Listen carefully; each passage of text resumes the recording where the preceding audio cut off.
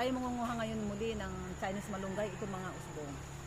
Kung gusto ninyong ma-digest agad ninyo ito, makuha nyo agad yung sustansya at protina, ay maganda itong kainin nyo na lang ng hilaw. Yung malunggay na isa ay hindi nyo kayang kainin yung hilaw nun, pero ito kayang-kaya po natin kainin. Pero tinatanggal ko lang tong dahon, pero ako ba'y sarap na sarap dito. Ang sarap talaga. Para bang lasa siyang ano sa yan? Malagatas. Pag kinain mo parang ano ba? Yung sarap. Palibasa nga ang malunggay ay mayaman sa potassium. Parang nakainom na kayo ng gatas. Pag kinain niyo siya, parang talagang lasang gatas siya. Masarap. Kaya subukan nyo kumuhamanap kayo ng Chinese malunggay at makakain nyo talaga ang kanyang tangkay. Pause lang dyan sandali. Sabi nga, pag kumain kayo ng malunggay, pag kumain kayo ng, kung gusto nyo talaga yung sustansya ng gatas, yung calcium niya, narito na sa malunggay. Kaya, habang kinakain ko, yung lasa niya parang kompleto na. Parang lasang gatas.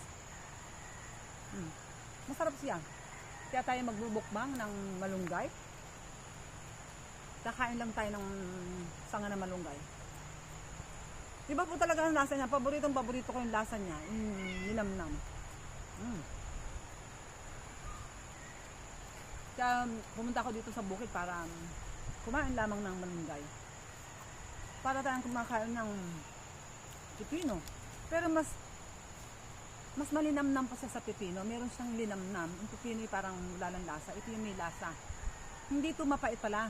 Baka sabihin niyo mapait ako, hindi napapaitan. Hindi siya mapait. Itong Chinese malunggay, hindi ito mapait.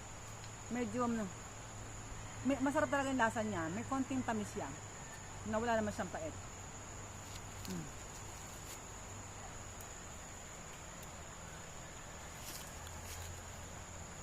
Kaya pag-aralan niyo pong kumain ng Chinese malunggay para yung sustansya niya makuha niyo kaagad. Yung kanyang iron, ang vitamin C, makukuha niyo agad kapag tayo kumain ng Chinese malunggay. Ang sarap po talaga. Tikman niyo po. Kaya marami pong salamat sa patuloy na pagsubaybay sa mga ka-natural ni Pastor dito. Nakakatuwa yung kanyang mga bulaklak, oh.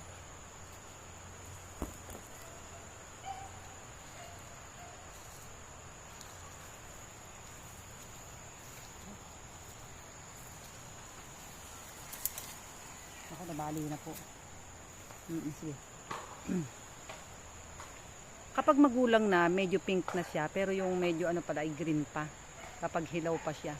Hindi pa siya pwedeng itanim, pero itong isa ay magulang na at pwede na itanim kulay pink. Nakakatuwa, nakakatuwa siya.